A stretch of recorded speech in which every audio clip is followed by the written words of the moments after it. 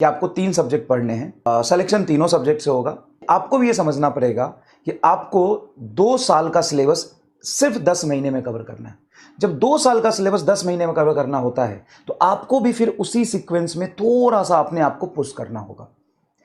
आप कह रहे हो दिक्कत हो रहा है, तो क्या बिना दिक्कत का नीट की तैयारी करना चाहते हो? हाँ या ना में जवाब दो।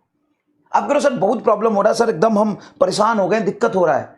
दिक्कत सबको हो रहा है जो तैयारी कर रहा है। कई लोग उस बात को बोलते हैं, कई लोग नहीं बोलते हैं। आपको दिक्कत हो रहा है तो और पुश करिए। मान लो कि 10 लोग पढ़ रहे हैं, उसमें से 4 लोगों को दिक्कत हो रहा है, 6 लोग नहीं को दिक्कत नहीं हो रहा, वो कर ले रहे हैं।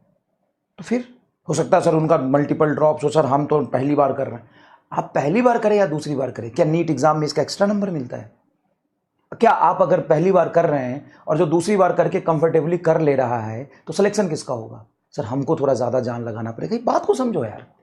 ठीक है, पैरेलली मैं भी समझ रहा हूं, इसीलिए मैंने आपको दूसरा ऑप्शन मैंने बताया समरी लेक्चर दे दिया है। अब उस समरी लेक्चर को देखना, जितनी स्पीड में मैंने सारे पढ़ाए हैं उसी रफ्तार में लगभग पढ़ाया और 100% थ्योरी कवर कर दिया तुम्हारा मोशन इन स्ट्रेट लाइन का 3 घंटे में। 3 घंटे में सुनना ध्यान से, 3 घंटे में पूरी मोशन इन स्ट्रेट लाइन के 14 लेक्चर को समराइज करके आपको दे दिया है। अगर आपका बैकलॉग है, बिल्कुल भी नहीं देखा है, तो उस लेक्चर को आप देख सकते हैं। 3 घंटे के लेक्चर को देखने में आपको टाइम लगेगा, हो सकता है 5 या 6 घंटे। 75, 76, 76, 77 पेज है और 76 पेजेस में पूरा भरा हुआ है। मतलब अगर आपके नोट्स में उतना भी लिखा है ना, तो मैं कहता हूं कि पूरे साल में जितना नहीं पढ़ते ना लोग, उतना मैंने 3 घंटे के समरी लेक्चर में करा दिया। तू एक बार देख के नोट्स बता देना। अगर तू पूरा वो लिख लेगा ना नोट्स में, डिटेल लेक्चर छोड़, डिटेल लेक्चर में बहुत सारे क्वेश्चन प्रैक्टिस है, बहुत सारी चीजें हैं, सिर्फ समरी लेक्चर में जितना नोट्स में लिखा हुआ है वो सारा लिख ले, तो फिर देख के बताना कि पूरे लॉन्ग ईयर में जितना हम 1D में पढ़ते हैं उससे ज्यादा उस समरी लेक्चर के नोट्स में है कि नहीं। देख लेना एक बार, तो उससे नोट्स बनाओ। अगर तुमने पूरा पढ़ लिया, 14 लेक्चर बहुत अच्छे से नोट्स बना लिया है, तो उसका नोट्स मत बनाना, तुम्हारा नोट सफिशियंट है, शॉर्ट नोट्स की तरह देख लेना। लेक्चर सबको देखना है। क्यों देखना है सबको? अब एक बार देखो तो सही, 2 घंटा इन्वेस्ट करके 14 लेक्चर भूल जाओगे। ठीक है, 14 लेक्चर भूल जाओगे। अब दूसरी बात पे आते हैं। सर असाइनमेंट का बैकलॉग है, सर असाइनमेंट के क्वेश्चन नहीं हो रहे, सर डीपीपी के कुछ क्वेश्चंस नहीं हो रहे। भाई मेरे, इस बात को समझो कि नीट का पेपर चाहे जिस लेवल का आ जाए, आपको कितने सवाल किए, कितने नंबर आए, इससे सिलेक्शन नहीं होता है, कट ऑफ से सिलेक्शन होता है। जब नीट का पेपर हुआ था तो बहुत सारे लोग बहुत पैनिक थे, लेकिन उनका सिलेक्शन हुआ ना, जो 550 नंबर पे भी थे। अच्छे से 560 वालों का सिलेक्शन हुआ ना।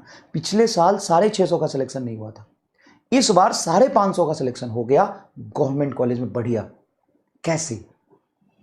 तो ये चीज तेरे दिमाग में नहीं जा रही है। मैं समझ सकता हूं कि तुम भी बच्चे हो, तुम थोड़े से सेंसिटिव हो, पैनिक हो जाते हो, लेकिन कहीं ना कहीं इस बात को अपने दिमाग में थोड़ा सा अडॉप्ट करना पड़ेगा कि अगर एक साल पेपर बहुत इजी आता है और 650 में सिलेक्शन नहीं होता, और एक साल पेपर टफ आता है 550 में, 550 क्या 535-40 में सिलेक्शन हो जाता है, तो 120-30 नंबर का जो कट ऑफ नीचे गिरा, उसका क्या मतलब है? उसका मतलब है कि आपको अपनी बेसिक पढ़ाई पे ध्यान देनी है। पहले वो बेसिक को स्ट्रांग करो। अगर असाइनमेंट के 4 सवाल नहीं हुए तो मैं तो कह रहा हूं कि नहीं होंगे, छोड़ने थे उसको। अगर मैं तुम्हें बोलूं कि मैंने तुम्हें कल यहां पे इंक्लाइन प्लेन के कुछ क्वेश्चंस दिए थे, जो आज मैं कराऊंगा, ये क्वेश्चंस दिया था, ये क्वेश्चंस दिया था, इंक्लाइन प्लेन पे और भी बहुत सारे सवाल दिए थे, ये सवाल तुमसे नहीं हुए, मान लो ये नहीं हुआ तुमसे, कोई बात नहीं। आज तक नीट में ऐसे सवाल आए हैं? आज तक।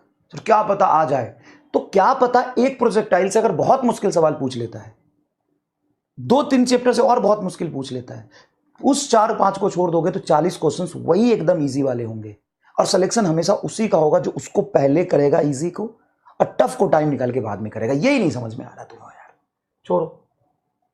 एक छोटी सी बेसिक बात आपको समझ नहीं आ रही, अपनी कंसेप्चुअल अंडरस्टैंडिंग बढ़ाओ, थिंकिंग एबिलिटी बढ़ाओ, कंसेप्ट को अच्छे से फील करो, उसको समझो।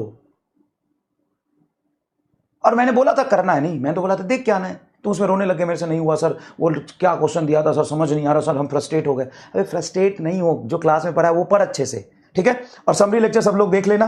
क्यों समरी लेक्चर सब लोग देख लेना, बहुत काम की चीजें उसमें है और सब लोगों को फायदा होगा।